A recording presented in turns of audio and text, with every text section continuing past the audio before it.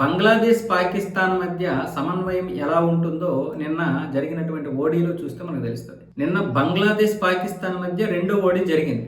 మొదట ఓడీలోనేమొచ్చేసి బంగ్లాదేశ్ గెలిచింది, పాకిస్తాన్ ఓడిపోయింది. నిన్న జరిగినటువంటి మ్యాచ్లోనేమొచ్చేసి పాకిస్తాన్ భారీగా అంటే ఘన విజయం సాధించింది, బంగ్లాదేశ్ ఘోర ఓటం పాలైంది. 128 రన్స్ తేడాతో ఓడిపోయింది బంగ్లాదేశ్. అయితే ఈ యొక్క మ్యాచ్లో ఏం జరిగింది అంటే అటువైపు ఏమొచ్చేసి రిజ్వాన్ బ్యాటింగ్ చేస్తున్నాడు, ఇటువైపు ఏమొచ్చేసి సల్మాన్ అలియాగా ఉన్నాడు సెకండ్ బ్యాటర్గా, ఇటువైపు ఏమొచ్చేసి మిరాజ్ అంటే బంగ్లాదేశ్ ప్లేయరు బౌలింగ్ వేస్తున్నాడు. ఈ మిరాజ్ బౌలింగ్ వేస్తున్నప్పుడు అటునుంచి ఈ రిజ్వాన్ ఏమొచ్చేసి బంతిని బౌలర్ వైపే కొట్టాడు.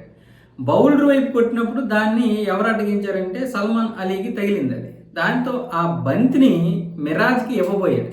కాకపోతే అప్పటికి క్రీజ్ అవతలో ఉన్నాడు, ఆ లైన్కి యువతలో ఉన్నాడు. దాంతో మనోడు ఏం చేశాడు, ఆ బంతి సల్మాన్ అలియాగా ఇవ్వబోతుంటే మిరాజ్ ఆ బంతిని తీసుకొని వికెట్లు కొట్టేశాడు. మనోడు క్రీజ్ యువతలో ఉన్నాడు కాబట్టి అవుట్ అయిపోయాడు. వెంటనే మిరాజ్ అప్లై చేయగానే ఎంపైర్ అవుట్ ఇచ్చేసాడు. దాంతో ఏం చేయాలో అర్థం కాలేదు. సల్మాన్ అలీ అక్కడే షాక్ అయిపోయాడు. ఒరే నీవేం మాట్లాడుతున్నావు, ఇది తొండాట కదా అన్న విధంగా మాట్లాడాడు. ఆ కోపానికి అక్కడే హెల్మెట్ ఇసిరి కొట్టేసి ఏదో బూతులు తిట్టేసి వచ్చేసాడు. అభిమానులు ఏమొచ్చేసి ఇదంతా తొండాట ఆడింది బంగ్లాదేశ్ అని పాకిస్తాన్ వాళ్ళు అన్నారు. ఇక్కడ మనం అర్థం చేసుకోవాల్సింది, మామూలుగా అయితే క్రీడా స్ఫూర్తిలో భాగంగా అలాంటి దాన్ని అవుట్ చేయరు.